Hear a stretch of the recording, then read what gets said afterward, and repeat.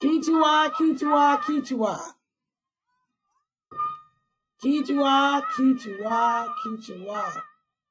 How is everybody doing? Kichwa, Kichwa, everyone.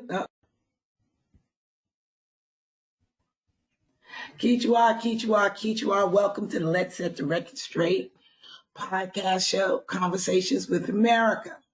This show is February 13th to 2021.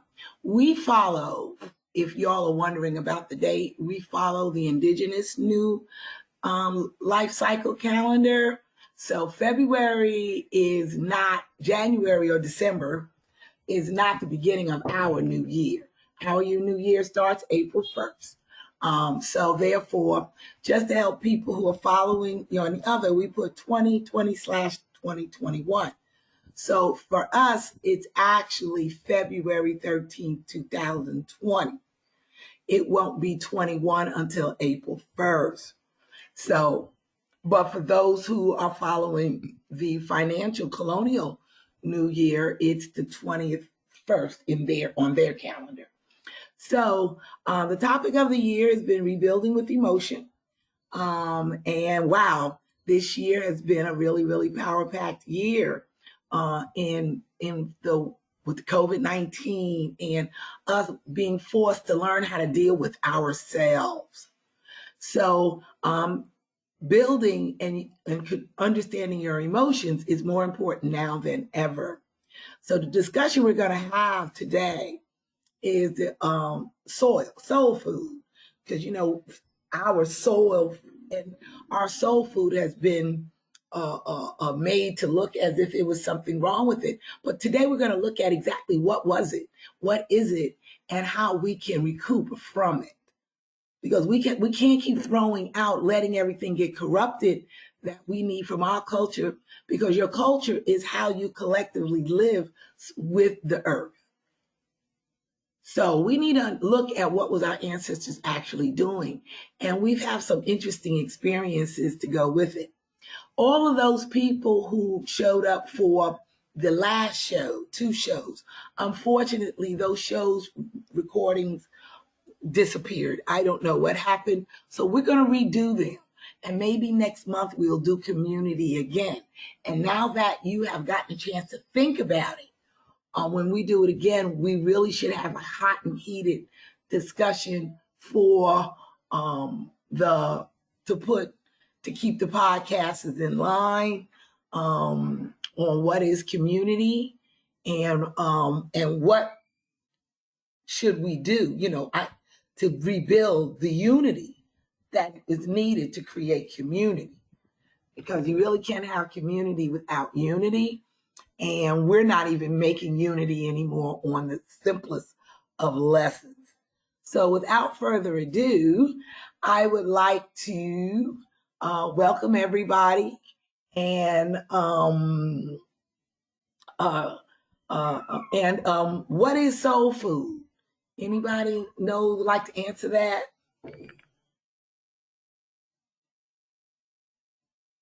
Or what you think soul food is? And anybody give their opinion? Well, in the latest release update, I discussed the new findings, and they're not actually new, but we got more detail. We got a lot more detail. And one of the things I found was that out of all the people I spoke to, even this week, okay, um, none of them knew, had names for the trees or plants that indigenously live with the soil. They didn't have no, they call it bush, and they go to kill it. And one of the things I had noticed was, and I had wrote about it, was that it was the Negro people, or they're now called here Creoles. They were the ones, and it was females that were planting trees.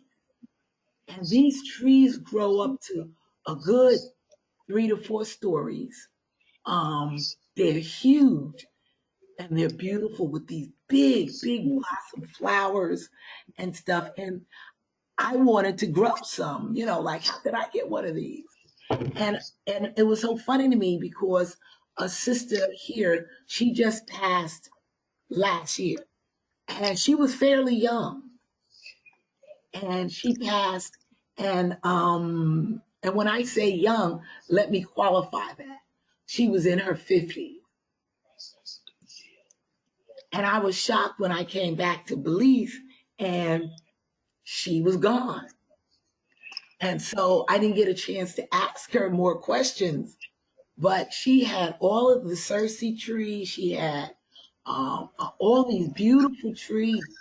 And I had been coming to her over the time asking her, could I get the seeds or a stick or something to grow the trees? And 2 of the trees are growing at Luku now, but I forgot the names of them. So I went back to get the names. Now I need everybody to put themselves on mute because we're picking you up. Ooh, thank you. And when I went back to her to get more knowledge of the exact names of what they had named these trees, because I don't see them anywhere. And that's how I found out she was gone. And she got sick. She went to the Belize City, and they said she had cancer of the feminine, and she died 3 months later. This all happened while I was in the States. So I never got a chance to speak to her again. But since then, I had spoken to other people, and I wrote about it on the fact that they didn't know the names of nothing. And I wanted people to understand that our ancestors knew and you can look this up. You listen to the show and love, she just talking. Go research it, see if I'm wrong, but take heed of the knowledge. And the knowledge is that our ancestors knew every leaf, not every leaf, excuse me, every tree and every plant that grew from the soil. And what I'm finding out is that the people, not just here, but in the States, all of it, they do not know every tree or every plant that grows from the soil. They know what they need to know, stuff that will feed them.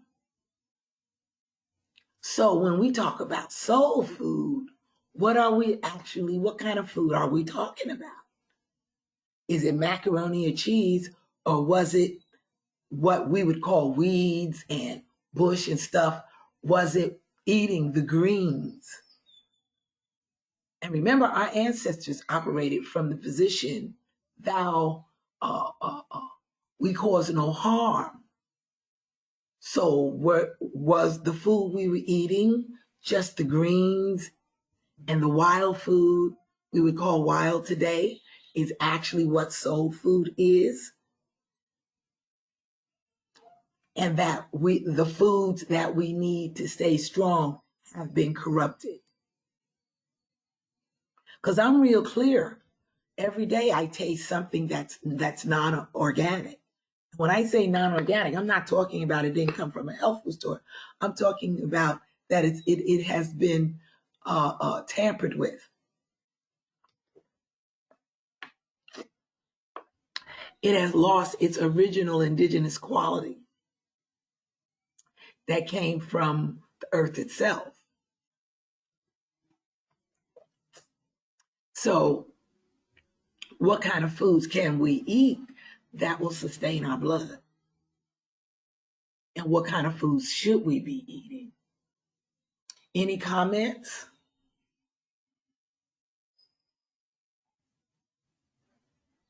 So that's going to be the topic for today. I'll make me comment. You mentioned about the soul food. The so-called soul food that we grew up on was the macaroni and cheese, collard greens, potato salad, um, candy yams, sweet potato pie, Kool-Aid, and all of those things that was labeled soul food. And I think to this Wait, is day, that what you grew up on? Or is that what it yeah, became the Christmas dinner and that's what you got associated with it? well, that both Okay, because grew I'm up just on trying to that, and clarify. also Christmas. I know for a fact your mother didn't make macaroni and cheese every day. Not every day, but it was I would say at least once a week, Okay. But until make other we things. found out that the Velveeta cheese that she was using was not real.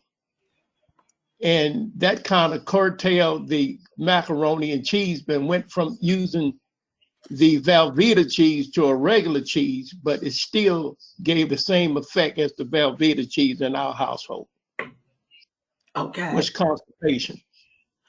But y'all didn't eat beans? Because I'm gonna go back to with my mother and the older people. I know because when especially if you're from the South. In the South, soul food was mustards, creasy greens, poke salad, um, uh, uh, all kinds of beans. You had baby llamas, llama beans. You had succotash, which was uh, uh, uh, uh, baby llamas with corn and tomatoes. You had all cornbread salad. I remember going to church, and most of the food was vegetables. It was mainly vegetables. From what I was told from the people in the 80s and what have you, they didn't eat meat. Only time they ate meat was when the preacher came to dinner. They didn't eat meat every day, and they sure enough didn't go to the store and buy none. And you would go out. Even my husband um, would talk about how his mother and his grandmother, they would go down in Philly to the Philadelphia market, and they would go and get a chicken killed. And that's how they ate chicken. And that was a Sunday ritual because you didn't eat chicken. I wasn't raised on chicken. And what have you, until it got into the stores and it became cheap meat. But before that, chicken or I want to say goose, duck. Um, uh, uh, you had to go. You went to the market to get. I mean, you went down there and they slaughtered it. They slaughtered it right. They call it local chicken. That's the way you ate. We didn't eat. You had yams. You had yellow yam. You had purple yam. You had potatoes. You had regular potatoes. You had red potatoes, and I can't think of the other potato, but there's another potato. Um, and I remember being in Atlanta. This was in the 70s and 80s, before Mama died. Um, you go down to Atlanta and you could order you a vegetable plate, and you would get 10, 12 vegetables from cabbage, cabbage, llamas, black bean, red bean, some other kind of bean. You had mustard greens, collard greens, poke salad, other kind of greens. And traditionally, that's what soul food was. It had nothing to do with macaroni and cheese. Macaroni and cheese is not soul food. Macaroni and cheese is European food. that poor Europeans ate when they was the famine, and they made the cheese, and they didn't have money or whatever. That's their diet. But that wasn't our diet. Now I do agree that they gave you Kool-Aid, and I don't know about you, but when my grandmother made the Kool-Aid and stuff, they used to marinate it. Them Kool-Aid packets, they used to marinate it with lemons. Did they do that with you too? And they put the hot water first, then you put the cold water, and then you would sit it in the refrigerator. But the point I'm making is that soul food was the foods that came from the soil. Do you see the SOIL and SOUL similarity? And that's what our ancestors knew and ate. Would anybody else like to share what they thought of soul food? And we would have potato salad, but you would also have mashed potatoes. Are you hanging in there with me, sir?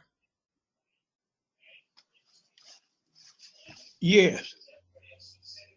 There were times when we were introduced to dandelion greens that came from Right, the that's soil. what I was thinking of. I couldn't think of it. I said creasy. Yeah, But dandelion green. Don't know. When the dandelions came up, and we made dandelion wine. And in the spring, when the dandelions came up, you ate dandelion, and they were stir fried. And poke salad is our original spinach.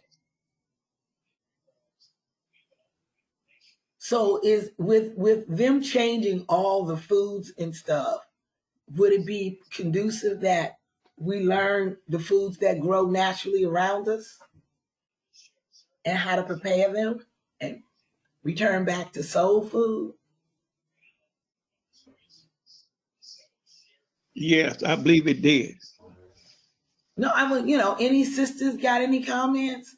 Because all of this work, all soul food and creating food, or taking plants and creating food out of it is the feminine. We have that ability. Actually, that is all a part of the feminine. What we do, what we bring to the table. And it wasn't until the introduction of patriarchy and the slavery results that females stopped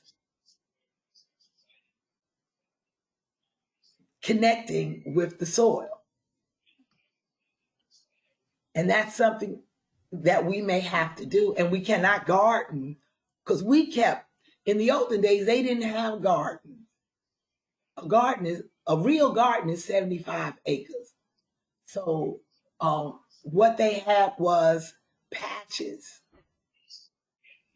And a female would grow her garden, her Eden, by planting everything she wanted to eat and the trees and stuff where she was living at. And we took care of the soil. So your supermarket was right there with you. Any comments?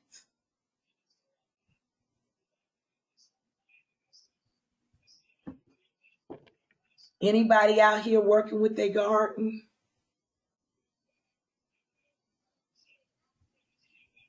And have noticed what a convenience it is to have everything that you need to eat right at your fingertips?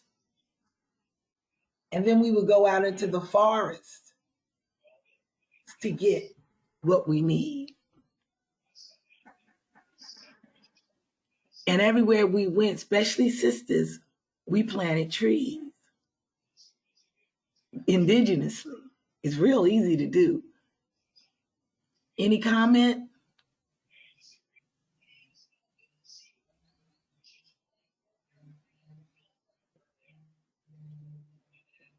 So what do y'all think about that?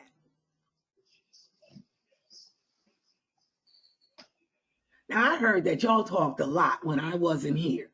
Okay, everybody had a comment, and now I'm back. And so and now I'm not getting no comments.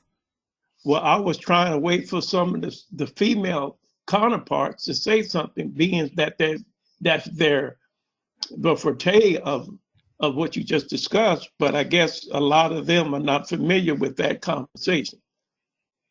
Well, I just wanted to know, what did they think soul food is? You know, what is soul food? What was soul food to them?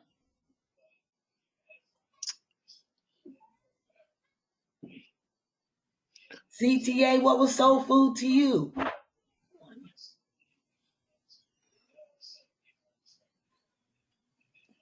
People not gonna share. Come on, y'all, share something. Well, let me say this here. When especially in the household, and dinner was served regardless of what it is, what was that was cooked. We didn't call it soul food. We called it dinner. But now, when you went to one of the restaurants that where our people cooked, then it was named soul food. But we never called it really soul food when we ate at our table. It's when you Well, went out and got the chitlins and stuff like that, and pig feet, was it considered soul food? right, but and actually, pig feet is not a. Our ancestors did eat it because I know my mother. She loves what they call pickled pig feet, and chitlins was something that um the women would make, and everybody didn't know how to do it, and most of the time, if I've never had chitlins, I've been around it, but I've never had it, and most of the elders who made the chitlins, they made it when they would roast the pig. Do you follow me? Mm-hmm. I mean, roast. When I say roast, they mean they put a pig in the pit, and that would be an all-day thing. The men would prepare the pig, they would kill it, they would, do whatever they do, and then you put it in the pit, and you put the pig in the pit, and they would roast it, and the women would take it. They would make hog head cheese. They would make chitlins. They would use every part of the pig to and make something out of it. And I only remember this as a young girl because one year I watched my aunts and them, and they got me out the kitchen, but and they were preparing to make hog heads, cheese, and they didn't go to the store to buy nothing. Everything was done right then and there.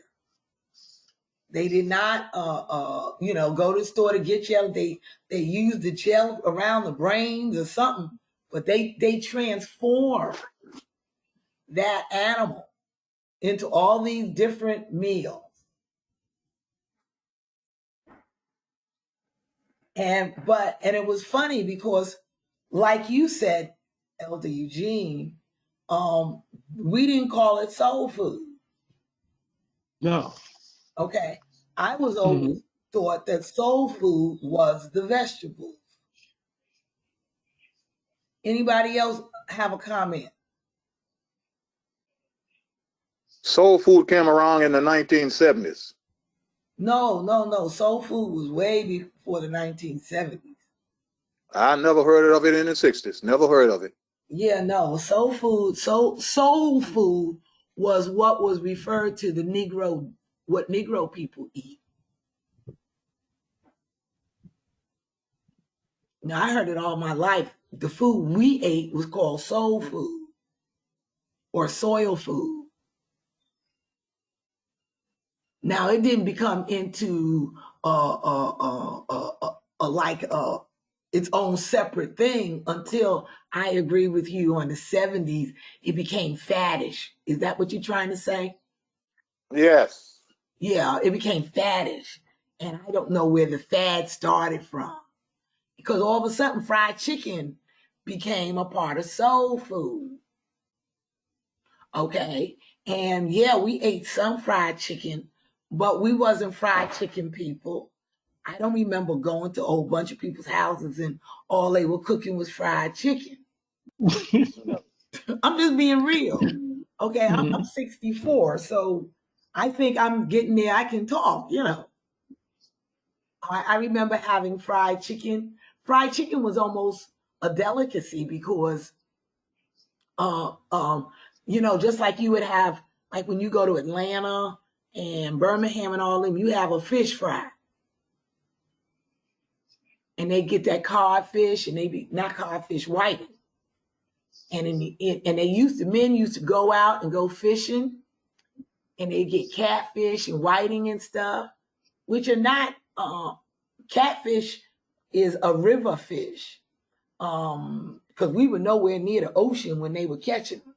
They would go out to the pond and get bass, all kinds of different fishes, and we would fry them up, and you would have a fish fry.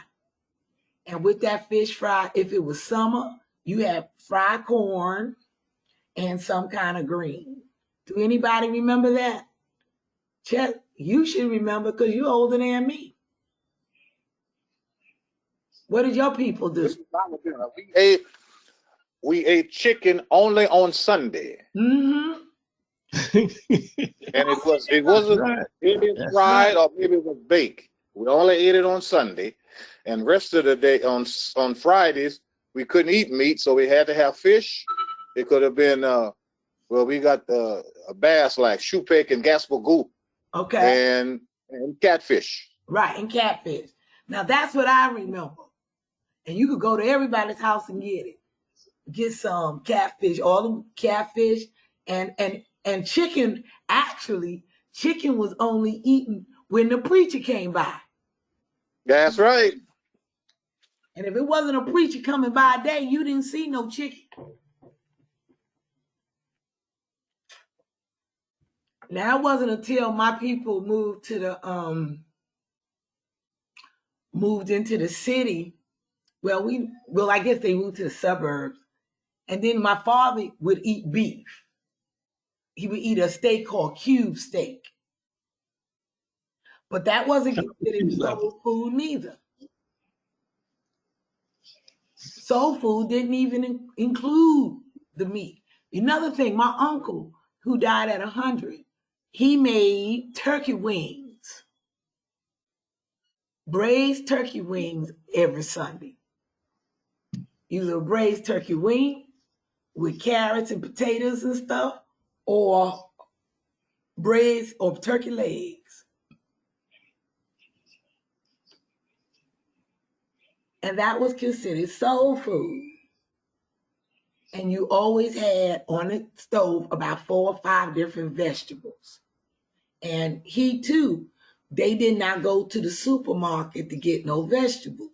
Now, when I lived in Queens, New York, the truck would come. Truck would come in on Friday night, I think once a month, and he bring turnip greens. That was another green we were missing. Turnip greens, all kinds of collard greens, mustard greens, all kinds of greens from all kinds of stuff. And my grandmother and them would drive up, and they would get, right from them big bushels of greens, and then you turn around and you clean all them greens. They would clean them greens and break them greens up. But your meal was full of greens. And them greens that you ate was the soul food. And they didn't give you a lot of meat. Did they give you a lot of meat again? No, we didn't eat much meat. No, the meat was very little. And I'll That's right. turn on the screen so people understand when I say little. Hold on, let me. Yeah, I remember my grandmother and mother and aunts and them. They used to blanch. They used to buy those bushes you're talking about and blanch them. Right, that's what I remember too. And they would be and they ate green. Oh, we had string beans. Come on, don't let me get started now. You got string beans, and I remember these stringing them, and that would be with one meal. One meal, you had about 5 or 6 different vegetables and a bean.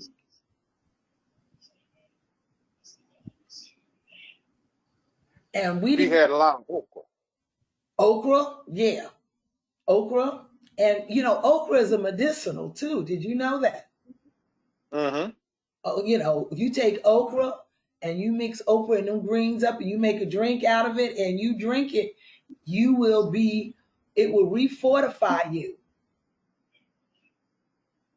You know, you put okra in your protein drink and it will refortify you. Um, and the reason why I'm bringing this up is because soul food now is getting a real bad rap. You know, nobody want to eat food from the soul food. You know, and I had to tell this lady not too long ago, and she was like, "Oh no," she was a West Indian, and she turned her nose up on soul food. And I quickly got in there and reminded her, you know, that what soul food is. Soul food is the food from the soil. And macaroni cheese is not soul food. It's something that has been put on our table, but that's not soul food. Just like candied yams. Yams is soul food. The candy part is not necessarily soul food. No. Okay, because they used to, you know, now they make, if you wanted something sweet, they made sweet potato pie. And making pie with a pie crust of flour is not soul food. Now, my grandmother, she made potato pie, she made tomato pie.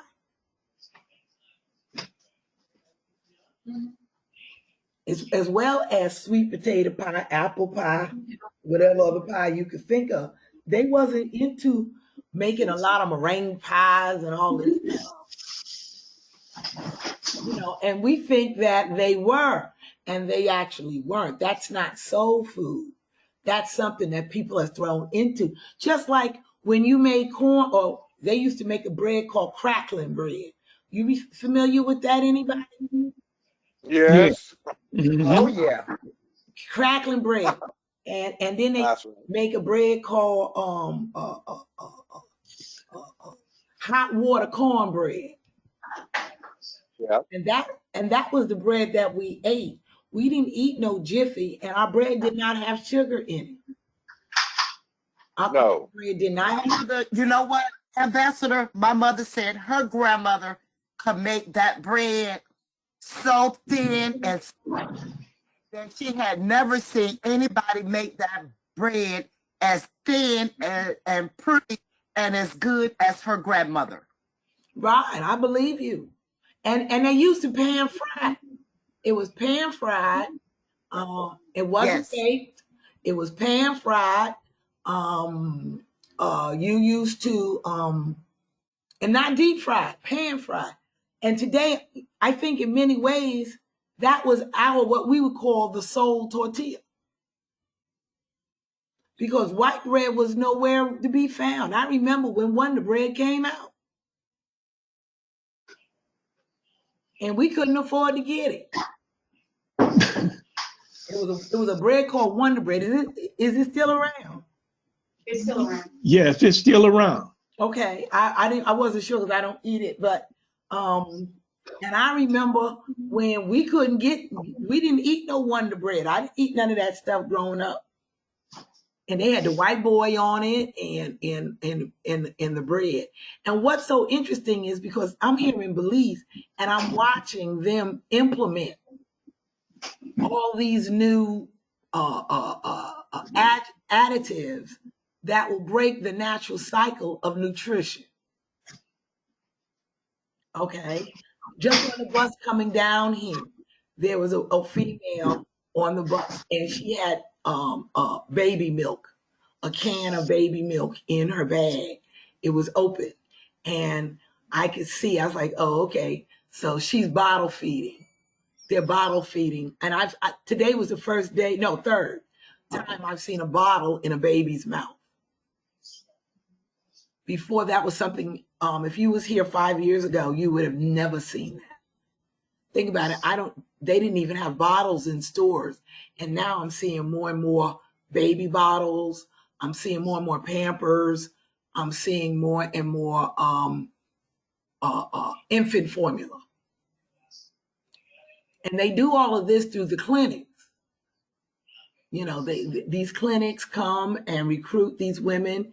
And I happened to be at the local clinic not too long ago, and the sister and I were commenting on what we were reading, and they were literally telling the women, yes, breastfeeding is best, but you don't have enough nutrients to feed your child well.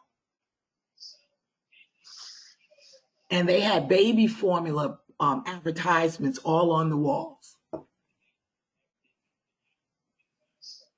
and telling the women that their breastfeeding is not as good as their bodies don't make the proper nutrients. But go ahead. But do you understand why that's being told to our females? Well, we're under genocide. It's to make sure that we die out and you don't have your children. And it's not limited to just our people. Okay. Anybody who is living on the continent of America and they're not of the Caucasian race are being told to genocide themselves. And they're being put under genocidal mental paradigms. Well, I wrote about it in the police update where the woman, when she finally got her to talk, we ended up talking about reproductive health because she was having a reproductive issue. And it came out. She was like, oh no, the whole community, all the young girls now are on birth control. And they gave them that shot. And that shot has so many side effects, it's including sterility. And, because I don't hardly ever see a baby now. Once in a while, where before every day I saw children from 1 to 10. You saw them, the baby, heard the mother carrying the baby, the breastfeeding, everything. Now it's almost scarce. Oh yeah, because I see on TV. So, that means that these people are going to have a real drop in their population moving forward. Do everybody understand me when I'm saying that? right. Yes, I understand you. I also want to ask you, isn't that when the shunning come in afterwards, after the introduction of the how to genocide yourself, and then the shunning of the community for the people who do not want to conform? Right. And I'm quite sure it does. I'm quite sure because down here, the shunning is here too. All the pressure is against the females. Okay. And down here, like in the States, you have where you have most of the Amerindian people's children are being raised without their fathers. The fathers have abandoned ship.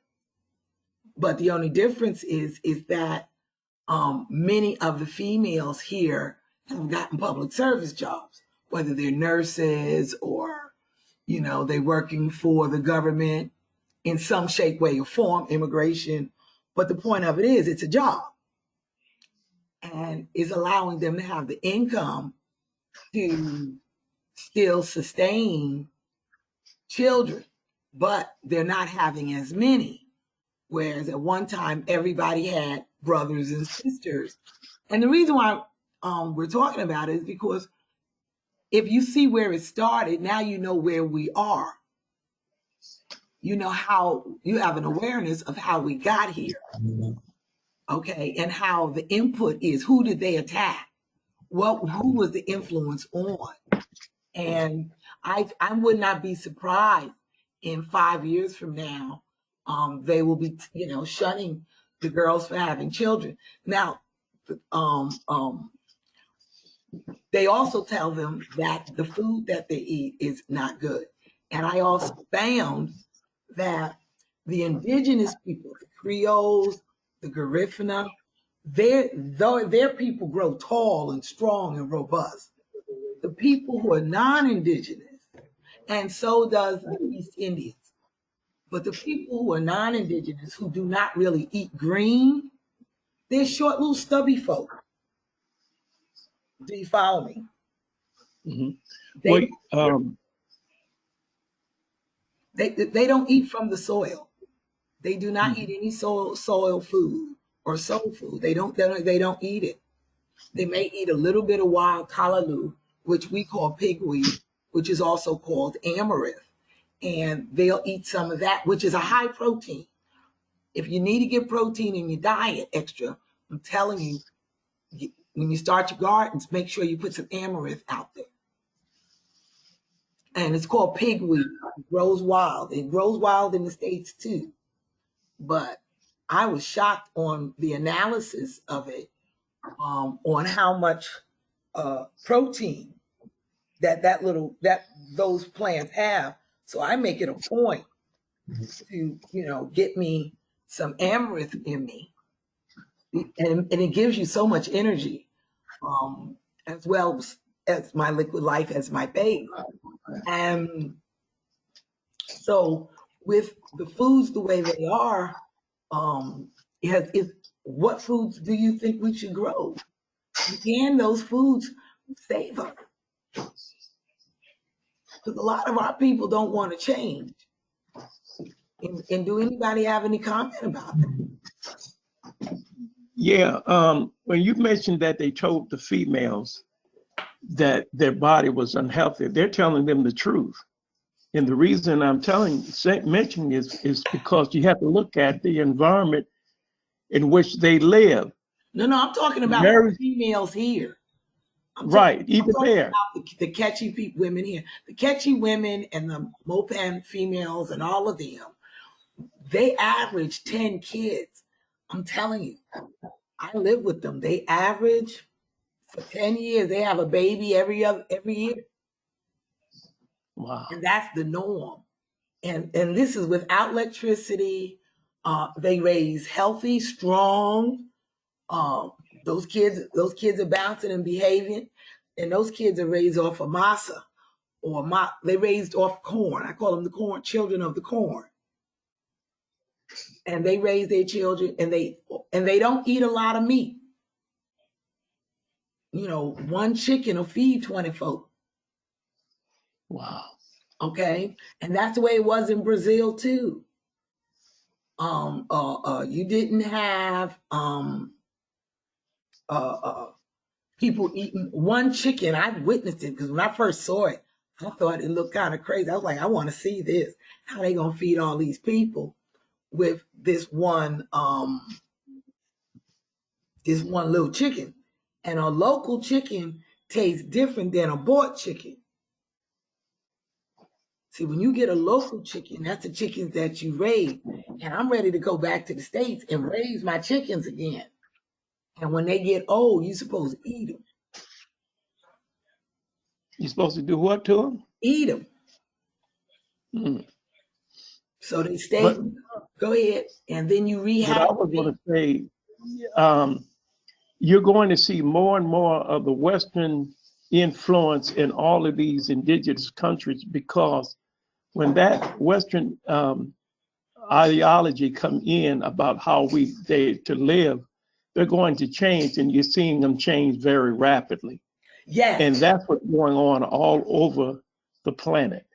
Yes. Is this Western influence that even with the females and males is getting to the point where they always start with the female.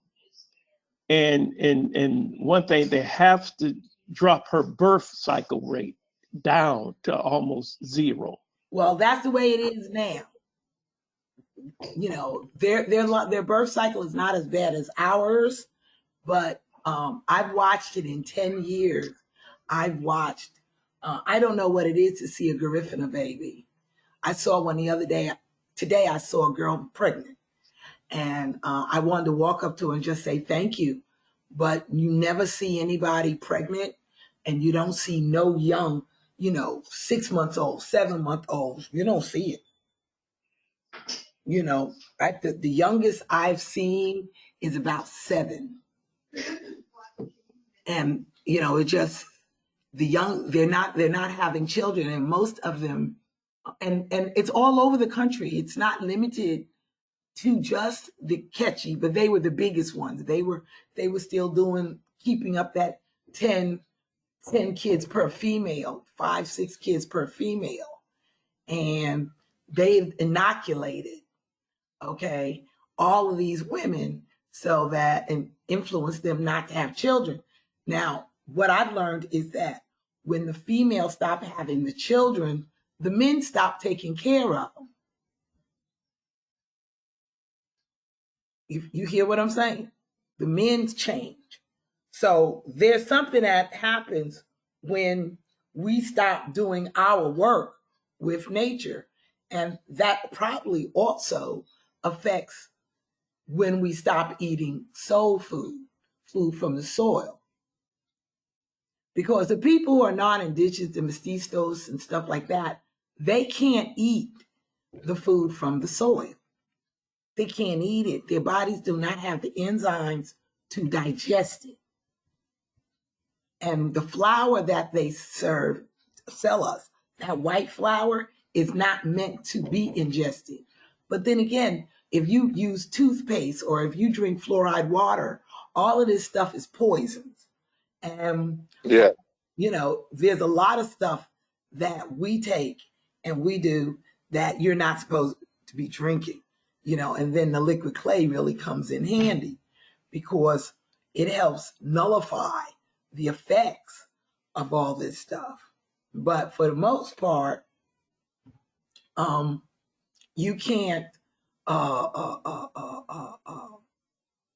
receive, and your body, you know, your body can't replenish what it needs from all of this artificial. But when the minute you go back to soil food, it happens. Like I wrote about the healing I got from eating a few plants.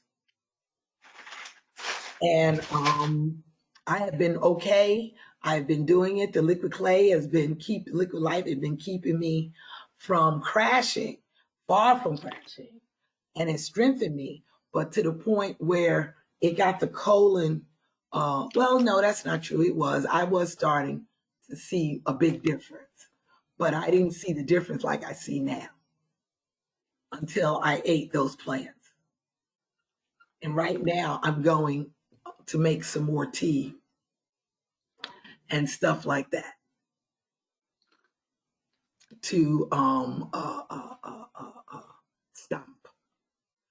And that's all we need to do. That's what soul food is.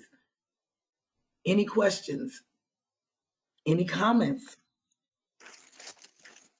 Well, I have noticed this. We gotta, if you go online and look pull up soul food restaurants and show, if you're going to show their menu, you're going to see the food that they classify as soul food, which include your chicken, collard greens, macaroni and cheese, and all of that.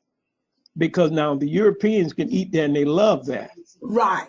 And it, But you said but now the food that nature, like the nature cook, like the poke weed and stuff, they won't eat it and touch it. they can't. They can't touch Right. it. They can't touch it.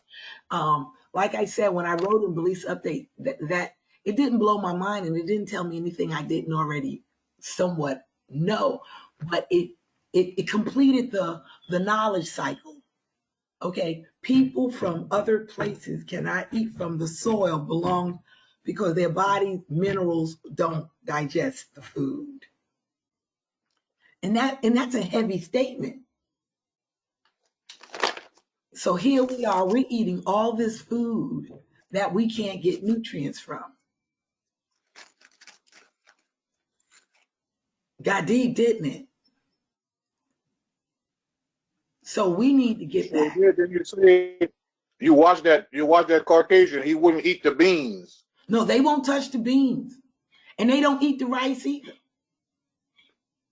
Now they'll eat, now the Mennonites are here.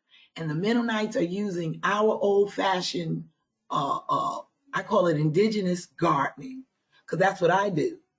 And let me tell you, they're coming out with all kinds of food. These men are 6 feet tall now. They used to be short, little skinny men. Their kids are 6 feet tall. Their kids look like what we used to look like. But they're growing all the watermelon, they're growing all the green peppers, all that stuff. And they're mixing it in with the regular cheese and stuff, because they make cheese. And I did do the research on how to make your own yeast, because cheese is made out of yeast, fermented milk. And they're still doing that, and they made all kinds of stuff from fermented milk. And so our ancestors didn't make cheese because we didn't drink milk, period. My brother got a horrible reaction. He's milk intolerant. And my mother gave him baby milk when he was a baby, and it kind of messed his skin up. He had eczema all his life to this day. Okay, and he couldn't eat tomatoes and stuff, and come to find out, it wasn't that he couldn't eat the tomatoes. He cannot eat the tomatoes from the store. He has to grow the tomatoes and let them go through their full growing cycle. And if once they're fully ripe on the vine, guess what? He has no reactions to them. Actually, it helps him. So it let us know that a lot of this food, is green and it's been picked too early. It hasn't finished its cycling. And so therefore, it has an adverse effect on our bodies. So when you think about all the foods, this artificial shit and this incomplete shit that we've been eating, you have to look at your body from another paradigm and give thanks that nature made such a wonderful organism, because I don't know if it could survive all what it has. It's a war, to try to make something out of something you can't digest. Any questions?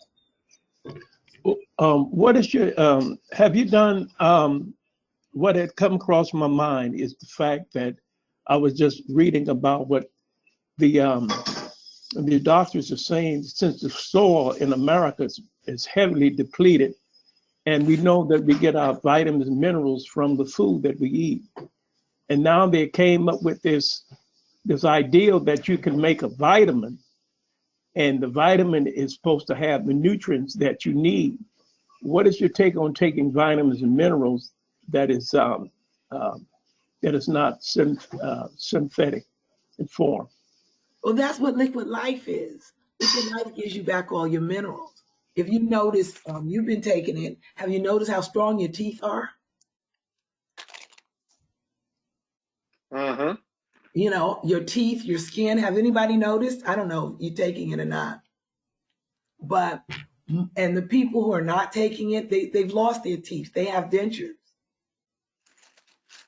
And to be in your 60s and stuff and still have your teeth, if you just eat the regular food out there, by the time you're 40, you won't have them anymore. So that's one of the things that you can do. I wouldn't take a vitamin because that is synthetic.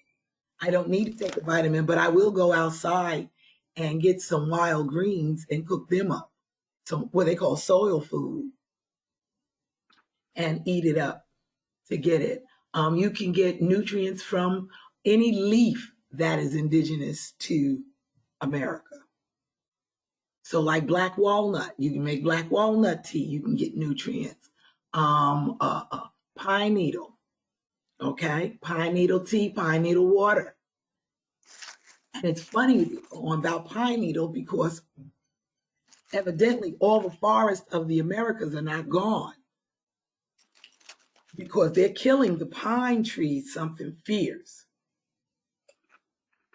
Getting pine wood is fairly easy, so that means there's a lot of it. And there's still a lot of the pine forests are still out there. And I would love to go deep enough to see a pine forest. you know, I got a chance to be in the forest once, well, twice, and because there's forests here too. And my husband and I, he was on kidney dialysis, and he went into a pine forest, and that was the first time he peed. He worked, his kidneys came back online. He went forest bathing then. Pardon me, say that again. Forest bathing. Oh, forest bathing? I don't know about that, but yeah, you walk in the forest and you smell the fresh pine in the morning. That's boost your immune system up. well, we went into the forest. Now we didn't smell any pine because this particular area that we went into, this was in Georgia, up in the North Georgia mountains. And they were using it for horse shit. Because you know horses contaminate our soil. And so when we went there, all we could smell actually was the horse manure. Mm. And it was everywhere. And it was all around the pine trees. But the pine trees were tall. So that means their roots went real deep. Because they were about 4 to 5 stories high. But I could not get a pine smell out of it. But they were close enough and there was enough of them to give him that temporary healing. And he couldn't believe it. He went to the toilet. I mean, he had a number one, and it was full flowing the whole 20 yards. Right? So it was wonderful. And he, you know, the feeling of it working, boom, boom, boom. And as soon as we got out of the North Georgia mountain, by the time he got back home, it was dripping, he dripped, and that was the end of that. So we knew that part of his dysfunction was a result of his internal dehydration. Mm-hmm. Okay. And but it was funny because when we tried to get the earth over there, they hid the deed. The police came and asked us what we were doing there. I'm telling you. It's like, what are you doing here? What do you know? And we became real clear that there was a cover-up and that they were hiding what they don't want us to see.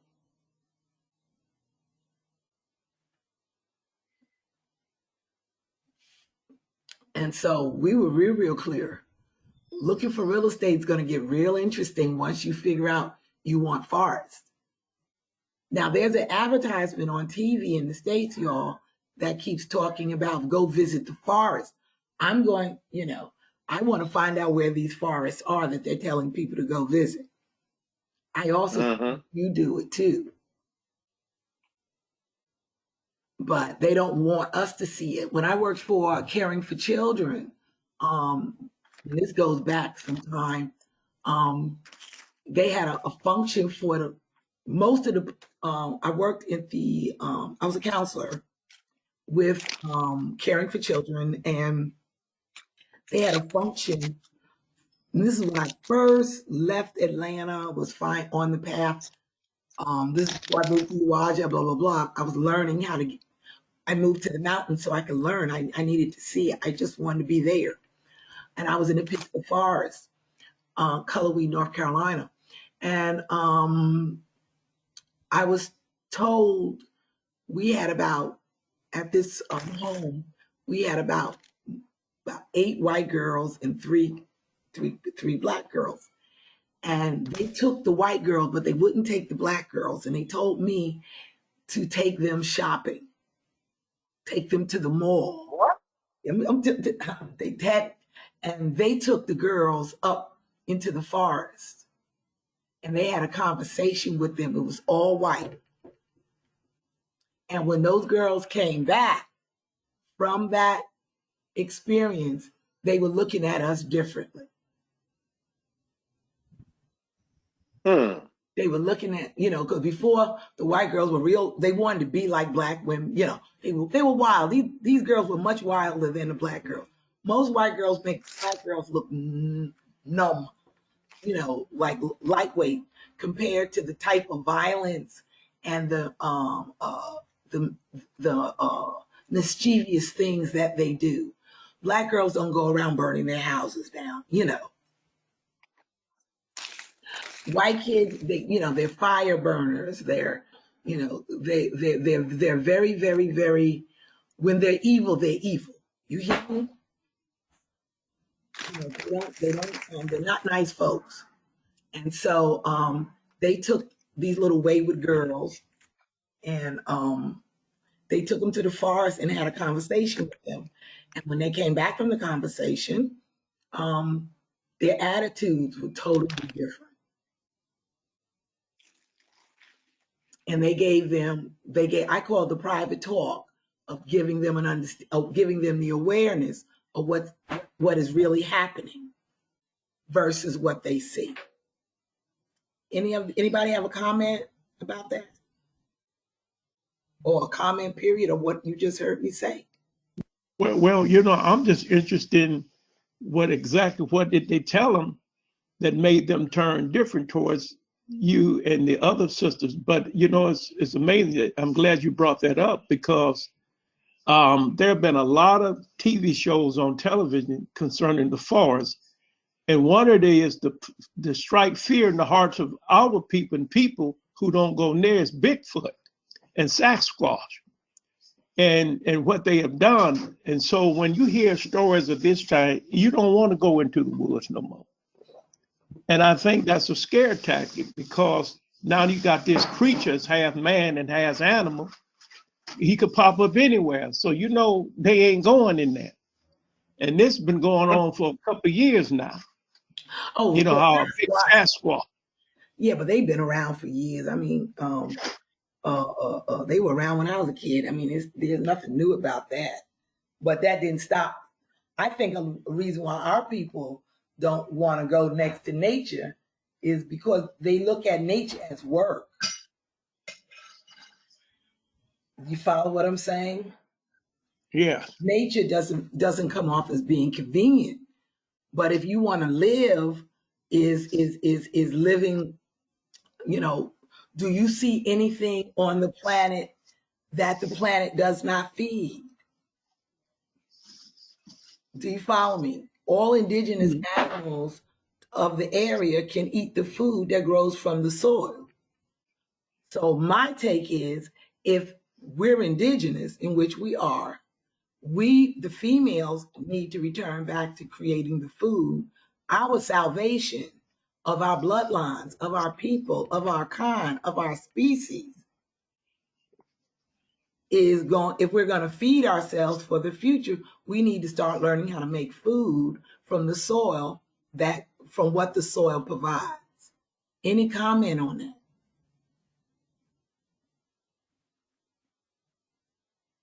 I agree 100% because my neighbor, he had killed a coon the other day, and Lord behold, he came at my house at 11 o'clock at night. I didn't know what he wanted, so the next day I went over and asked what he wanted. He said, "Brother, I got something for you." So what did you got, man? When he got me 4 or 5 pieces of a coon he had killed, and onto my mind, I was kind of skeptical about eating it because I didn't really know him. And so I'm going to go ahead and heat this coon up and see what we got here. Boy, I ate that coon and I've been wanting another piece since.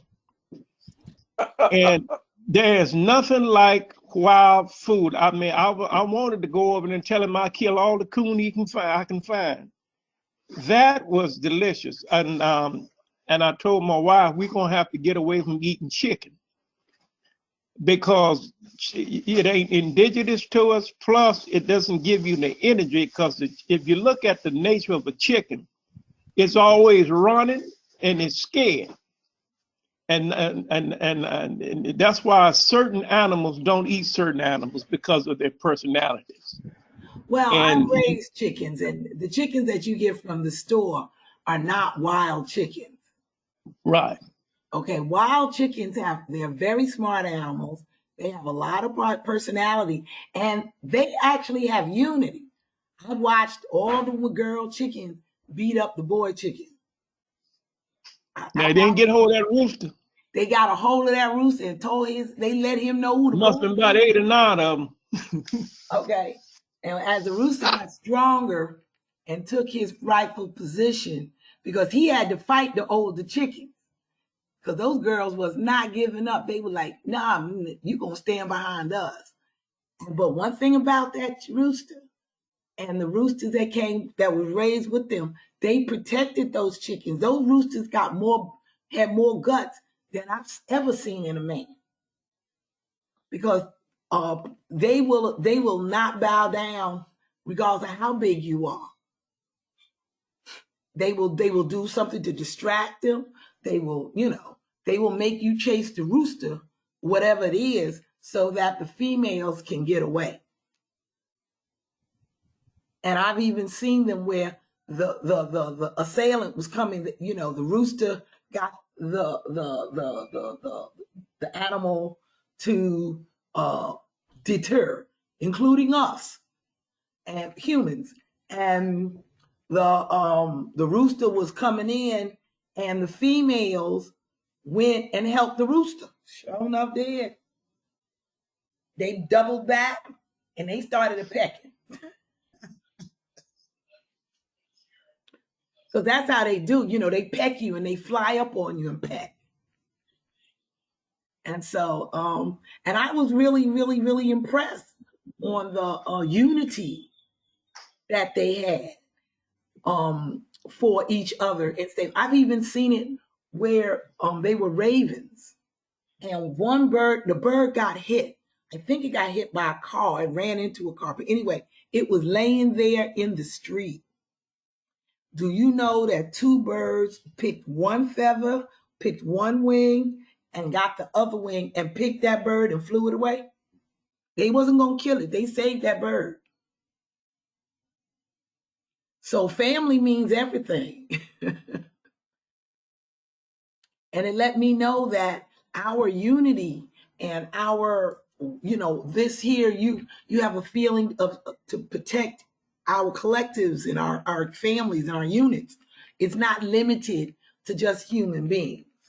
A lot of times we think that we're the only ones on the earth that have all these emotional abilities.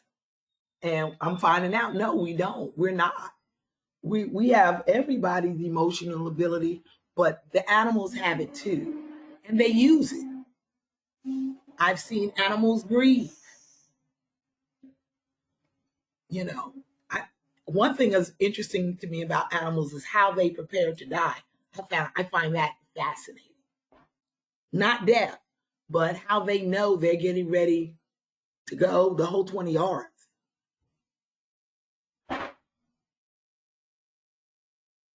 So it's and I also noticed that they know what to eat and what not to eat. Has anybody else noticed that? Anybody else here raising animals or have raised animals? Yes. What you notice? They know what to eat. When they get sick, they eat grass. When they're about ready to die, especially if a dog, he'll come around you, and all of a sudden, he's gone. You don't know where he went. He just disappeared. Right. And they come around. And you go search around, and you can't find him. He just vanished. Well, you know how you can find them? You got to look for these green buzzards come out. I've never seen them before. But it's just when them green, they big old ass flies. And they come out. And the minute the animal dies, they disappear. It's weird.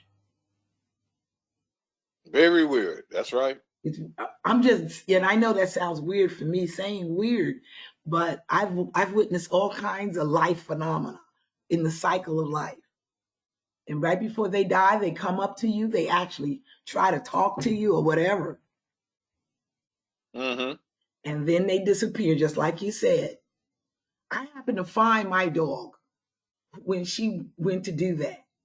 And I knew I don't know what I was thinking, but I wasn't ready to let her go and stuff. So I was trying to hydrate her and keep her. And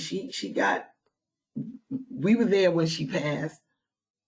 And the minute we left, we saw a beam like this. The moon had this cloud came out, but it wasn't going up in the sky. It was like a vortex opened up, and she howled. And when we came back up to see how she was gone, and that vortex was gone too. And we witnessed it. And I said, "Did you see what I just saw? Or were we seeing things?" And it sure enough, and it comes in a spiral. It came down, got her, and went on up because the birds were spiraling around it. So being in nature and being with nature offers us all the solutions that we need. So why don't you think people be open to learn how to return back to nature? Anyone?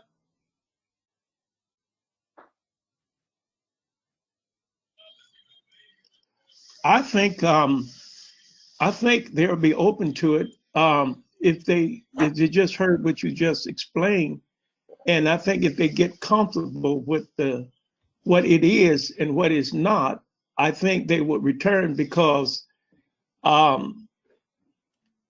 don't know too many of our people that will want to return back to that because the most ones I've talked to and shared with are afraid of it.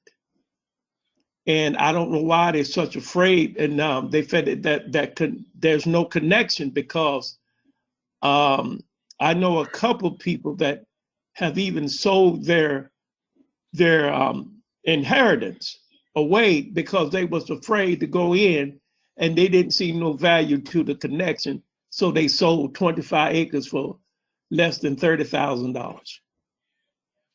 Mm. Yeah. Because they said they ain't nothing but a bunch of trees and animals back there. That's all they saw it as. And they sold it. Are they still Well, it's alive? cityfied now. A lot of us are cityfied now. And like RaDine said, we don't want to put our hand in that soil. We don't want to cut grass. We don't want to plant a garden. We don't want to paint. Everything is given to us on the platter now, so I don't want that. Yeah, but is it really being given to us on a platter? I mean, we're starving to death. How many people of y'all people know like that, but they're all sick? Just like I tell people, use the prayer book, sell the prayer book, do different things because it brings prosperity. And they don't want to do it. Is another race responsible for keeping us alive? I mean, if you're No, not willing to do anything, then do you deserve anything? If life gave you your food for free and you keeping the other sick, should you be angry if you get sick? And do somebody owe you a remedy? And do we, I'm just throwing it out there because we all have a responsibility for the future. Nobody was born without a responsibility for their future and the future. Because if everybody took care of their future, the future would be taken care of. Do you follow what I'm saying? Now, what does that it's just mean like when you say you take care of the future? Well, if I make sure that my life cycle continues, and I make sure that it has a way to continue, wouldn't that make sure the future will continue? So what does that mean? What that means is that if I make sure that we stay connected or we can find ways to eat, because processed food will kill out our race. And is it the yes. children's problem or is it our problem? And do we want the karma that comes with that? because all of us was put here to live again. Life is a cycle. You know, there's nothing on the planet that dies in the winter and don't come up in the spring. Do you follow what I mean? It's just a cycle. So life is everlasting. But we all have a responsibility to the everlasting component of life. That's one thing I love about life is that it didn't pull no punches. Oh, no, I'm not gonna say it like that. Everybody has something to do. Nobody was given life with and didn't have nothing to do for life. Don't have a responsibility. And is it other people's responsibility to do our life responsibility?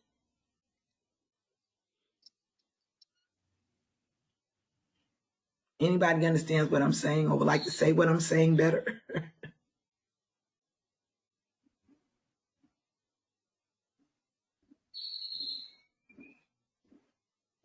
Anybody? What do y'all? What's your take on that? I see an S here. What's your take? I need a female. Come on, somebody speak up.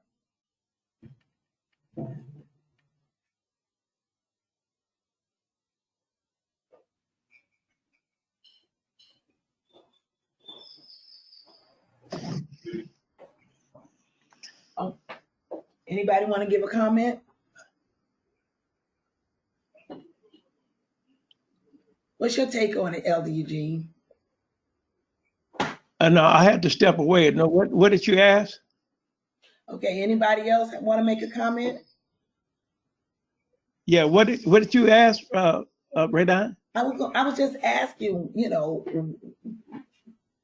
evidently people feel that they don't have a responsibility to continue their cycles. And I was saying that everything on the planet was given the responsibility to continue its life. And is it really somebody else's responsibility to do it for us? As though we seem to not want to take care of life cycles. Do we really want that, the karma that comes with that? Because, you know, you tell me, oh, they don't want to go to nature, they don't want to do this. But are they operating from life or are they operating from death? They are operating from death. Say, take for example, the so-called vaccine shots. We relying on that for us to stay healthy. Now, on the counterpart of that, why don't we take responsibility for our own health? Yeah, but I didn't think we just rely on the system, and we are comfortable with that. You think people are taking the shots to stay healthy? I mean, to stay alive instead of, because I tell them out here, I say, look, why don't you take responsibility for your own health? Oh man, you know what they're talking about. You took your shot yet? No. So you don't need the shot. You're healthy now. Nothing wrong with you. So get stuff that will keep you alive for years to come. Oh no, we don't want that. But if they don't want it, are they comfortable being sick? They're comfortable being sick. Oh, well, yeah, because I noticed, and I'm saying that because when my grandmother died, it was the weirdest thing. I heard the most weirdest obituary talk in my life. And they said she knew, and she took her pain and suffering, and she never complained a day. And she knew when her time, when it caught up with her, she was going to take it, and she didn't complain. And she was a strong woman. And I was saying to myself, caught up with what? What are you talking? And it let me know that they knew that they made a choice over life or living for death. And basically what it was saying is that she made a choice to live for death, and she did, and when it caught up with her for all the bad behavior, and she had the pain and suffering, which is the karma you get, she took it in stride. Wow. She took it in stride, and she lived with it until her it was over. It consumed her, and she went ahead on.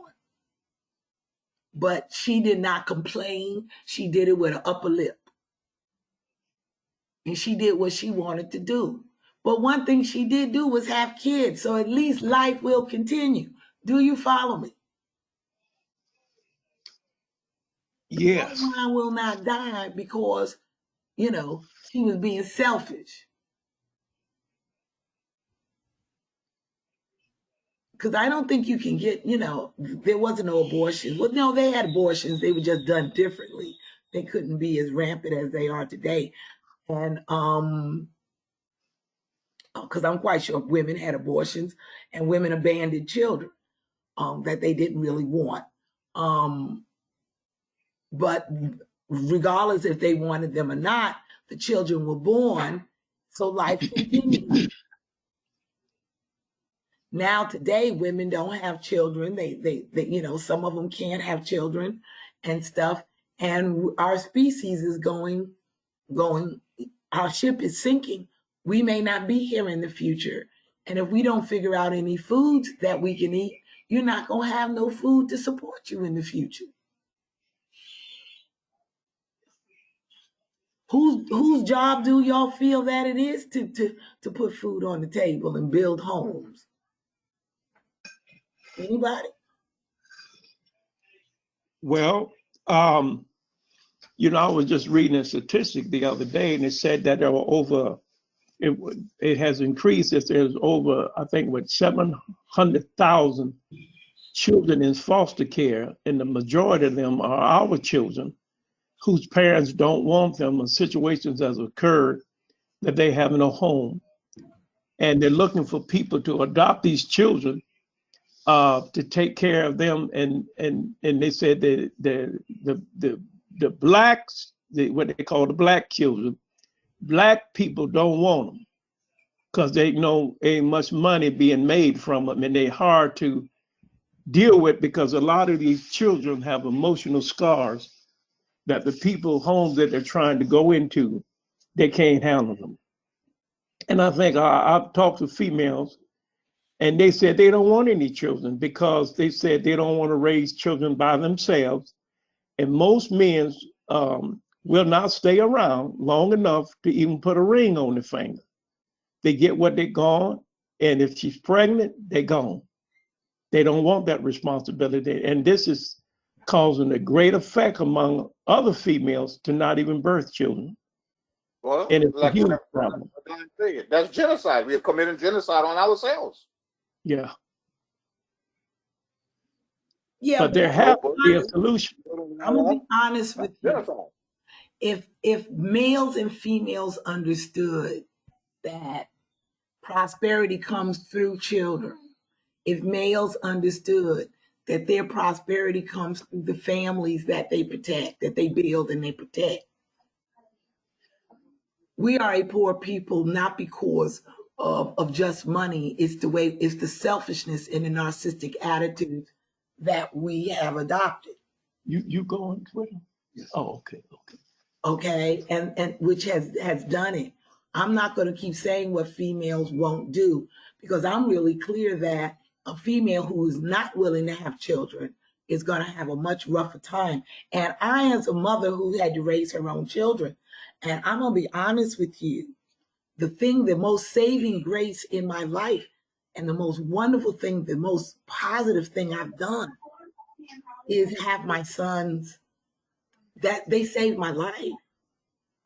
And if it wasn't for them and me doing that and standing by them, would not have me in the position I'm in today to have these wonderful discussions in realizing that we have the key to our own salvation is by relearning what grew on our soil and start renaming everything. Rename it. If it grows and it grows wild, give it a name. And then send the name and a picture of the plant to me. And I'll make a book, the Indigenous Plant Book. Because our ancestors knew every plant that grew. And then take the leaves from that stuff that grows wild, cook some of it and make it, and then take some of it and make a tea, especially leaves from trees. And record what's happening to you.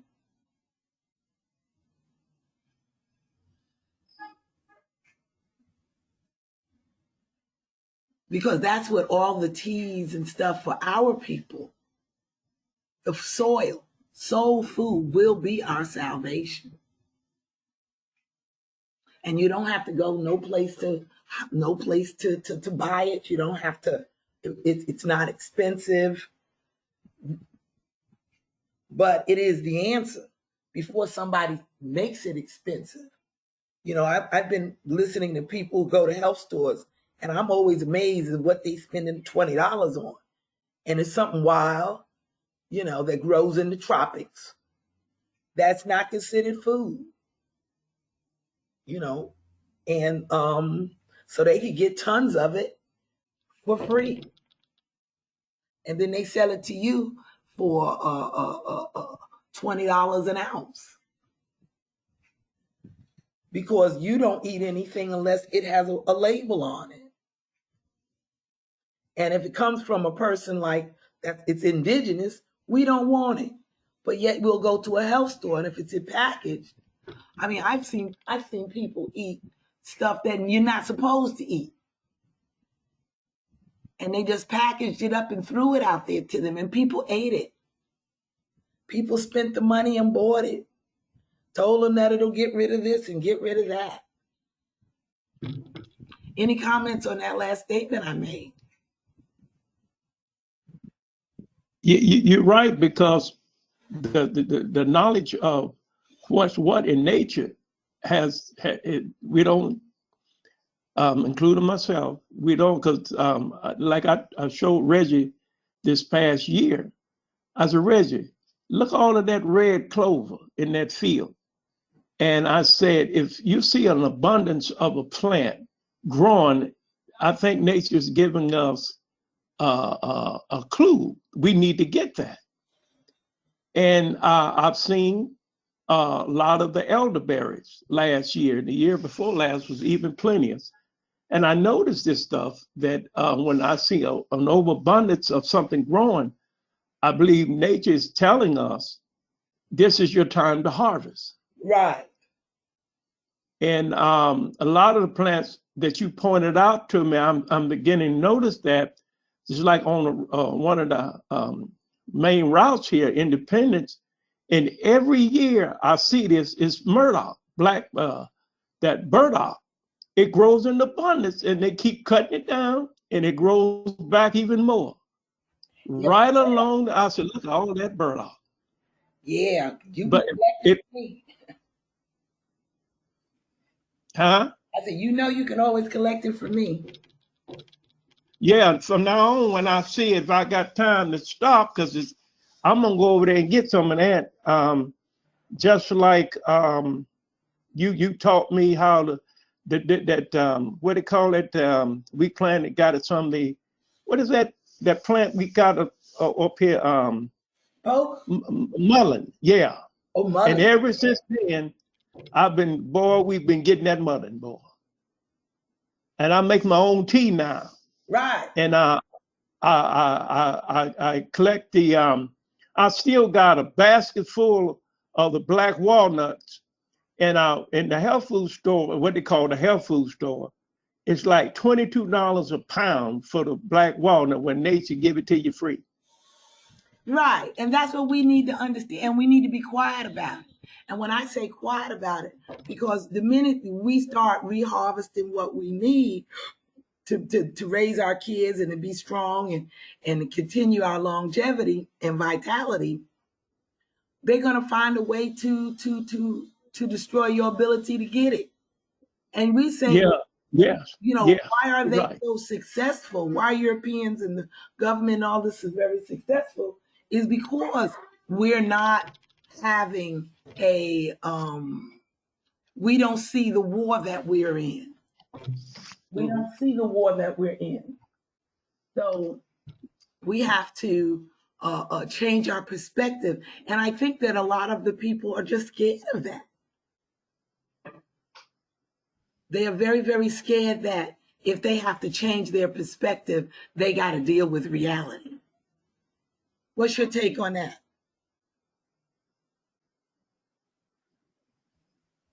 We're scared of reality. You're right. That's it. You hit a nail on the stone. Can you say that again? Because we couldn't hear you clearly. I said that was the right answer. It's like a nail on. You hit a nail on the stump. That's a true statement. Well, but what can we do to change that though? Because we're running out of time. Think about it. We ran out of time. Not running. We don't ran out of time.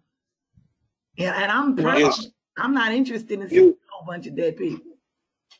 You know, if your awareness can't turn into, if your consciousness can't turn to awareness, then maybe that's your karma. You're supposed to go. You wait, you know, people always look, save me, you know, and they waiting for the last minute, and you know, you supposed to be there for them. How many of you people know crisis people? You know, they don't do nothing before there's a crisis, but they wait all the way until, you know, they're at the last minute. And here they come. Help. Until something frighten them. That's when they come, when they be frightened. Well, they know, they saw it coming. You know, they saw it coming. They had to get up off their butt and do nothing, but they don't do anything. You know, they go on about their daily business until they right at the brink of the curve and getting ready to fall off. And here they come. Somebody catch me. Somebody help me. Somebody. And told, I need $1,000. Or, you know, I'm sick. Help me. But when you told them what they could do to be proactive and to be productive and to change their lifestyle, and they see your lifestyle and they see that you are being productive and that you and life is giving you prosperity, here they come. I personally feel that you need to let them go. When they karma catch up to them, let them have it. When I say let them have it, I'm not saying add to the karma. I'm not saying go out and knock them on top of their head or anything. I'm saying if you knew that your boat was going over the cliff, and either you tried to get the cliff back to the shore, or you got you a life raft and got the hell out the boat. But if you did not do nothing, that meant you wanted to go over the cliff. And should I be the one to run out there and jump and put my life on the line because you wasn't willing to get off the boat? Now, under natural law, we're not supposed to help people like that. You're supposed to let them be. They made a choice. Let them have it. What's your take on it? Come on, y'all. I know y'all want to fight me on that.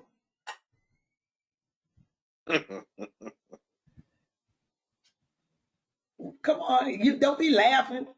I hear y'all laughing. Now, I know you also are thinking this. My mama told you that ain't being a good person. But is that necessarily true? You saying that if a person is in a situation where they've been warned not to be there, we supposed to let them get the karma from it? Right. If they choose to still be there, if they've never done anything proactive. Mm-hmm. Just like the soul food. If only thing you want to do, you angry because the supermarket's closed up. I was listening not too long ago, they're talking about that there's food shortages in the States. Have y'all heard anything about it? Now, when they talk about food shortages, you got to understand what they're talking about. It ain't talking about the real food. It's talking about the food that ain't real. It's getting shorted. Yeah, but I'm just saying it's still food. Most of our people ain't eating the real food no way. And they try to make artificial food into real food. I see it all the time. You know, it's real because it came out of a health store. It's, you know, how many times have you heard me tell you the only real food you can get is from the soil? So if you're getting something that someone you knew didn't grow or blah, blah, blah, blah, you're not getting real food. You can't get real food in a supermarket. I don't care what kind of supermarket it is. Because the United States done made laws against that. We did a show on that. We read the laws. So the point I'm making is that when they're talking about their food shortages, they're talking about there's not enough of any kind of food to continue to feed. How many people have went into Walmarts and all of them and found that they have empty shelves? Anybody? Yep, they're not restocking. Yes, I've seen it. I've noticed that. I'm not going there to buy food. I only buy condiments from those places. But every time I go in, I notice how the shelves are going empty. Nobody else has noticed it.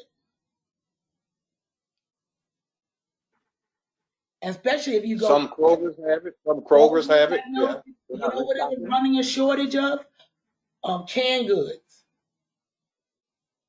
Because I always keep a month or so of food available. So, and so I get canned beans, all different kind of beans, to just in case of a bad day. And I'm gonna tell you, I'm not the only person thinking the way I'm thinking, because most of the time I go to places, they are empty. You better be there when they put it there and it's gone. Now, and y'all gonna tell me y'all haven't noticed none of that? So when they're talking about food shortages, it's real. It may not have hit us to the point where you have to feel it necessarily, but it's happening. And I've read that. I've read it in the New York Times twice. So what do you think people are going to do? Are people ready for that?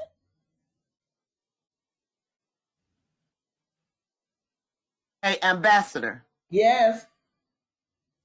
I was sharing with you how in my garden, how some of my neighbors and stuff, they want some of my vegetables, but they want me to pick the vegetables or crop the vegetables for them. And I went out with a bag one day, and my mother told me she wished I would pick any vegetables for anybody. If they want some, let them do it themselves. Yeah, but are you going to train them how to do it? I'm sorry? Are you going to train them how to do it? I've offered. I've even taken some when I when I fan my plants out, where I have a lot of plants, where I've tried to take it to them, volunteered to help them start a garden, all of that. I've done all of that. But I'm just saying that my mother, if they want something to eat, what's so hard about them to go and to get what they want out of the garden if I'm giving it to them for free? Why do I don't think that there's anything wrong with that. The first thing that came to mind for me when you said that is, do they know how to crop telling somebody to go out to your garden and get them what they need if they don't know nothing about a garden and they don't know how to do it, even though it's simple. I can see them being standoffish about that. And no, they know. Okay. No, RaDine. No. They know. Well, and I would be there to show. I would be out there to show them. I would do some initially to show them how to. I'm not just going to let them just go and trample over my stuff. I'll get ready to say. No. Yeah. No. The thing maybe I didn't come across the way I should have, but what it is that they don't want to do the work. Okay, I think that's valid. I think that's valid. I also think like this: if you got food and stuff that you can sell, You should maybe do a once a month little sell off of what you have extra and let them know and let them come and buy it from you.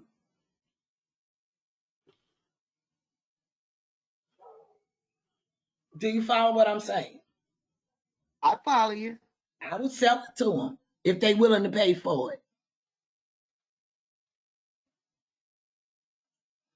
If they are willing to pay for it, sell it to them. Yeah. Okay? No, that's life's way of bringing you prosperity.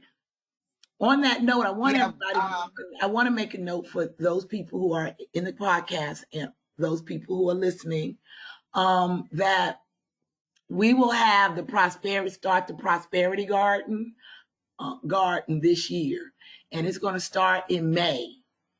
And people can come up to Uwaja in May when the waters are there for 2 weeks, and I will show you how to get your indigenous gardens going. You don't need to bring anything, but I will show you how to do it, how to get it started so that you can make that connection back.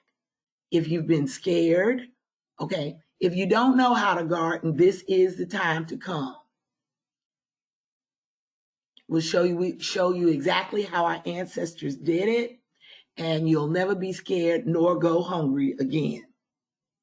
If you, we will not cover transplanting because you don't really need to do that. We're gonna start the gardens pretty much from seed. If you have seed, there's a waiting list now for natural seed.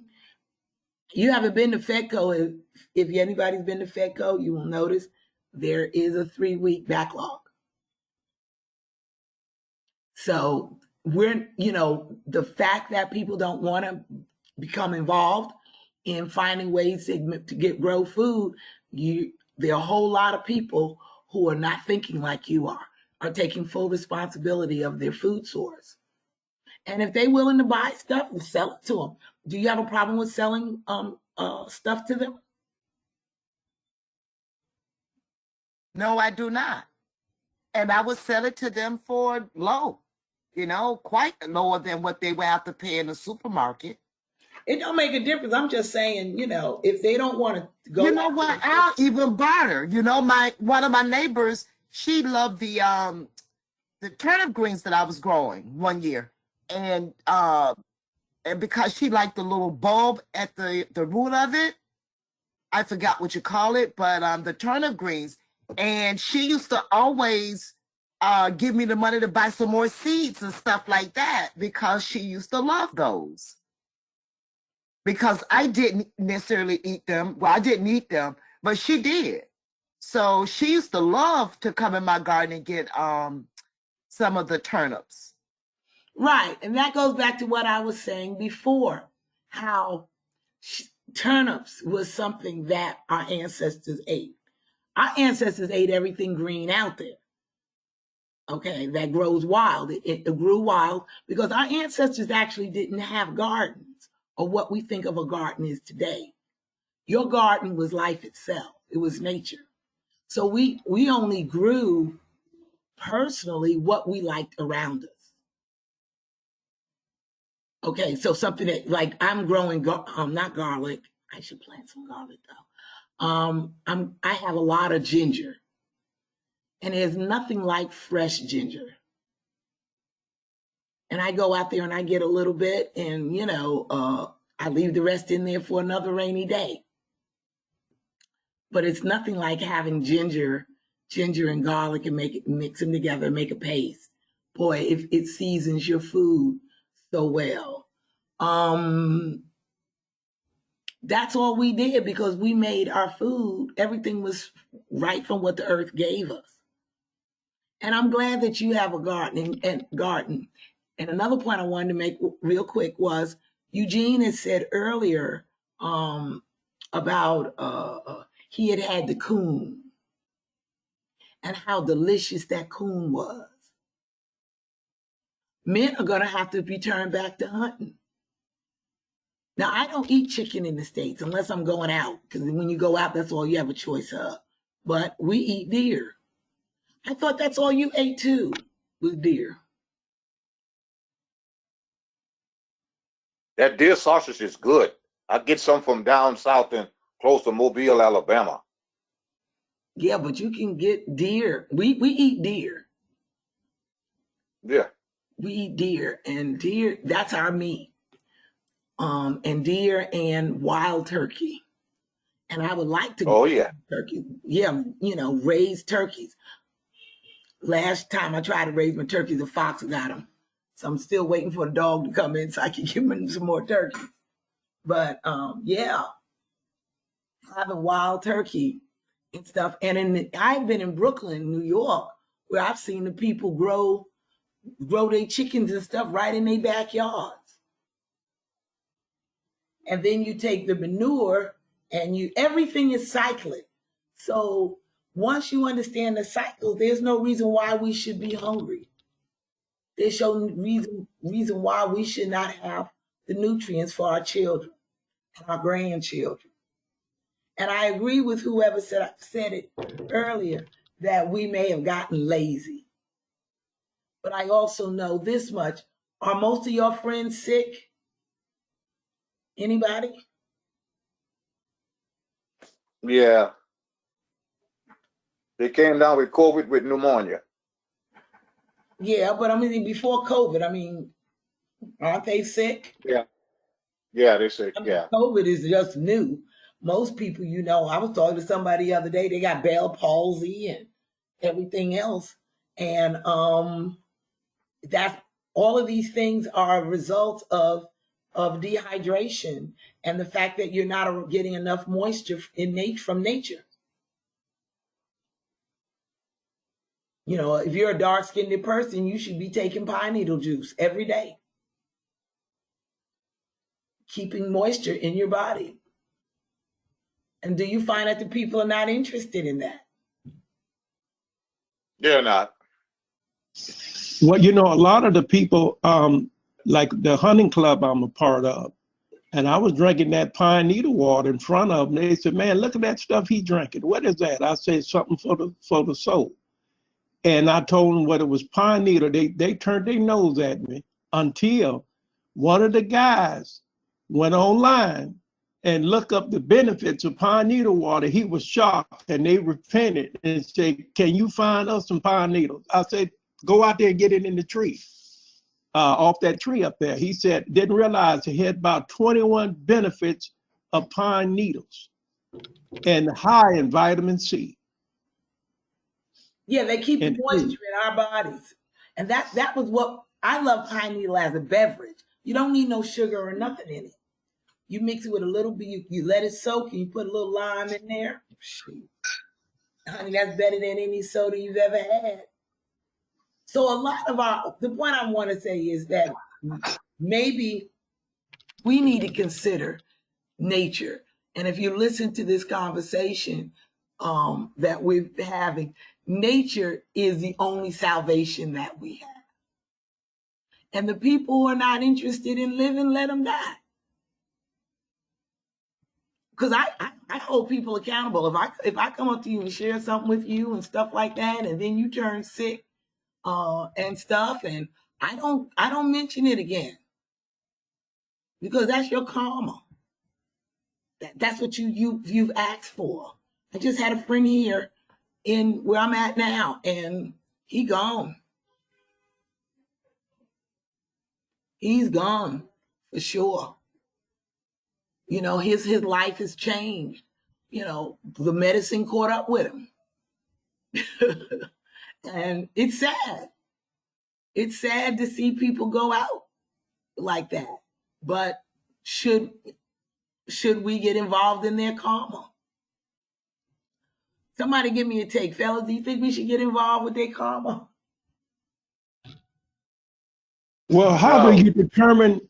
you determine one's having karma effect and one is not?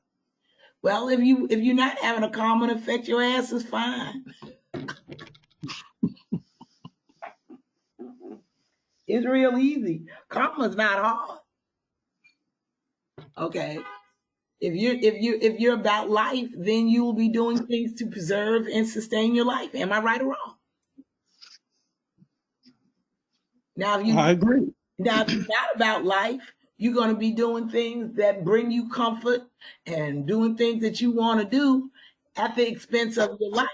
And then you're going to be running to the white man to get his medicine, thinking that he going to cure you from what you did. Because you're doing what you want to do instead of what you need to be doing. Is that making sense? Yes, because right now I know you know this, that it's a lot of these young males who got to depend on this stuff that they make in the laboratory. Now it's called what they call Viagra and Cialis, and they got some type of pill they take called the black ant, and these brothers are dying they're dying from it because it's too powerful for their hearts and it's killing them. And so now they're trying to find a way to get around that. But if, like you say, and we're talking, if you just take care of yourself and know what to do, you don't have to get on that death medicine. Yeah, but they make a choice of it. They make a very serious choice of that. And should I have to rescue you from your bad choices if you're not a child?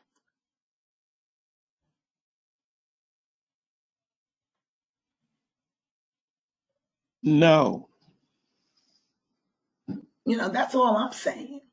If you're not there, if you're not there for your own health, why do I have to be there? I had a guy call me up not too long ago. His family called me up, and he's on his deathbed. Now he wants easy act, and now he wants liquid life. I'm like, how dare you? You wait until you're on your deathbed. Now you want to do something to preserve your life? I don't think so. Do you follow what I mean? You didn't really want your life. If you wanted your life, you would have did what you needed to do. And I think that, like the nature, the COVID-19s and all this stuff that's coming up. Oh goodness, I'm sorry. All it's doing is is weeding out the weak. And that'll be where it's at, including myself. I'm not excluded. I stopped exercising. I was doing yoga every day. All of a sudden I stopped doing it and blah blah blah blah blah. I lost the benefits of what I was getting from it. If I wanted, I got to rebuild back from scratch. And it's probably going to be harder now. But that's on me. I can't really blame anybody else. And whatever results from it is my karma. Why can't other people deal with theirs? Any comment?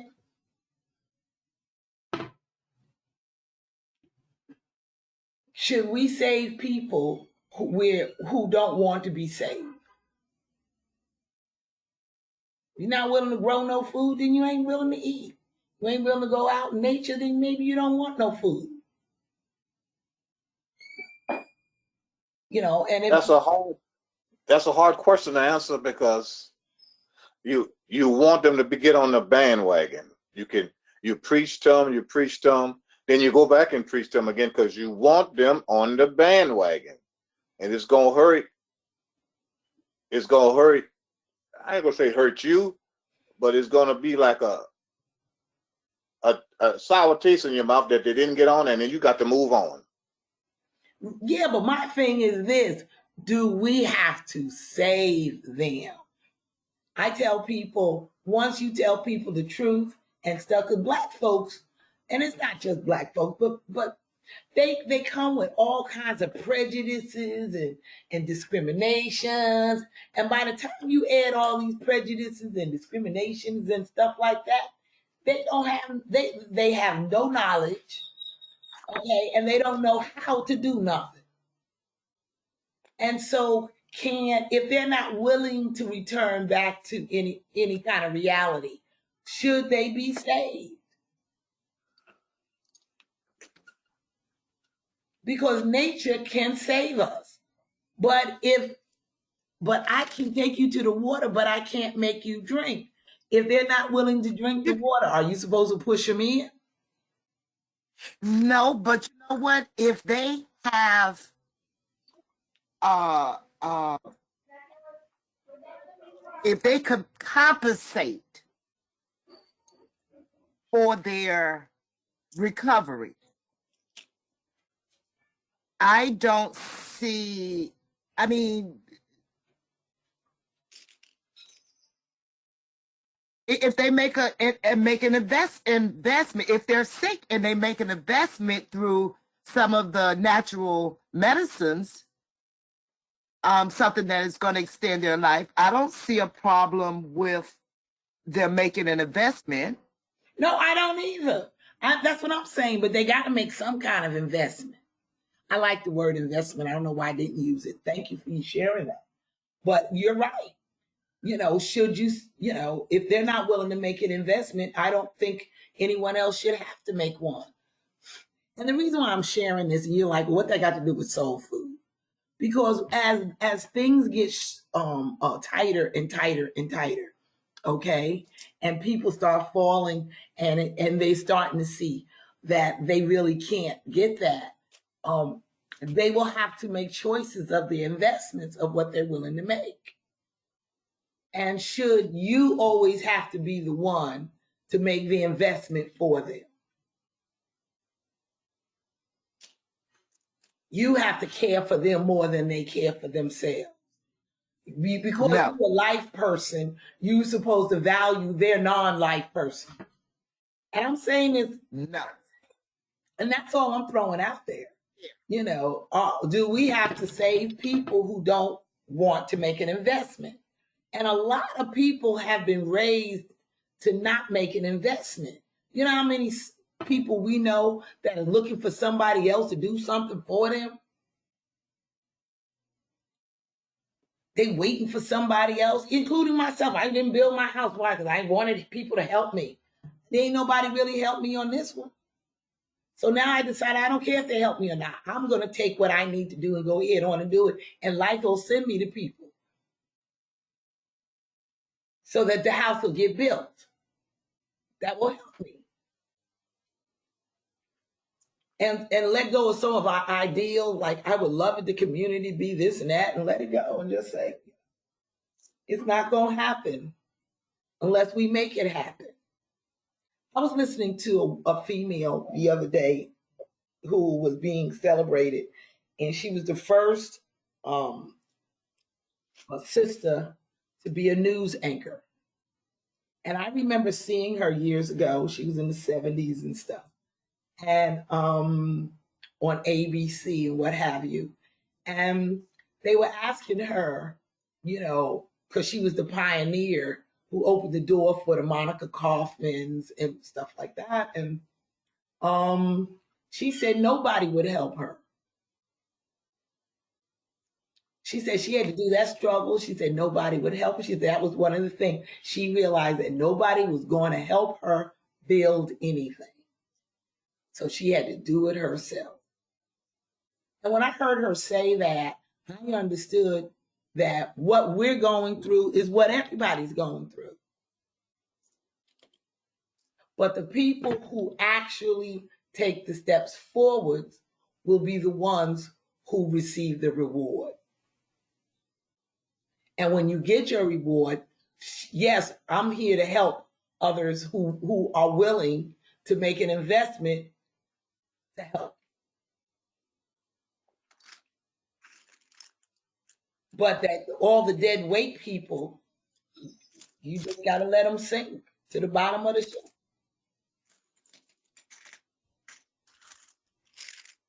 So if we're going to work with nature and return to soul food, that may be the only food we can eat. But the people who invest into that, into learning what we have left of our nature that we can make into food, would be a worthy investment. Anybody agree with me on that?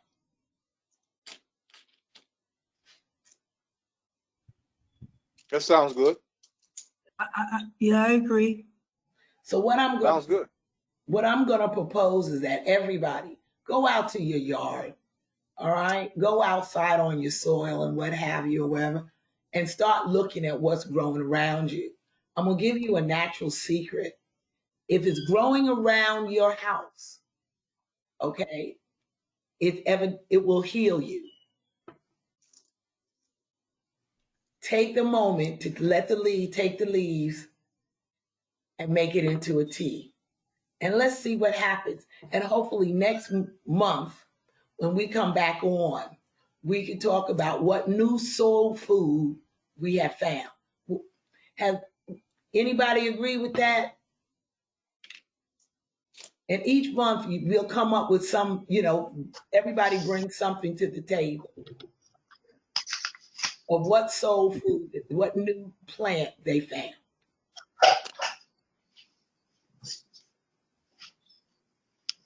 Yeah, that's a good idea. Okay, because we need to become more proactive. We know what the problem is. Let's be the solution.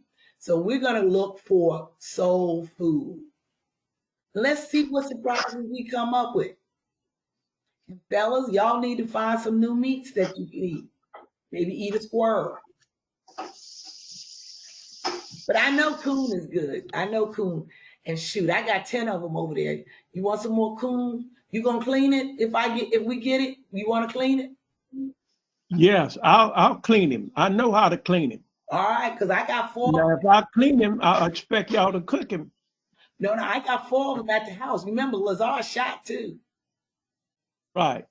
Now that I know that, well, I always, because of my hunting with my father, I know how to clean a groundhog, coon, rabbit, squirrel, and deer. Cool. Then that's all you need. And, you want some more coon? Come on up and get some. yeah, and I don't know how to clean a turtle. No, I don't. I saw a turtle killed the other day, and I was wondering how they pull that, because they pull it out of the shell. You pull the turtle. Now I'll ask Vanessa to show me how she did it.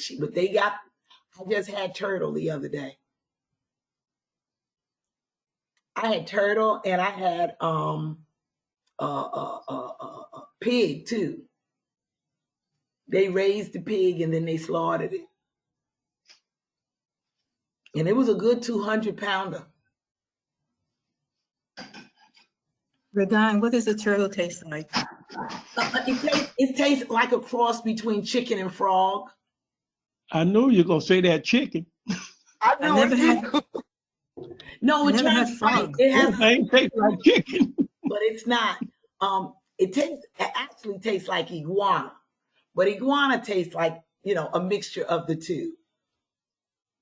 And iguana season is. I'll be eating a lot of iguana in a minute. Is that a lizard? Yeah, a big one. Oh. I don't think I want none of him. Oh no, he's very tasty. It's just the fact he's a lizard.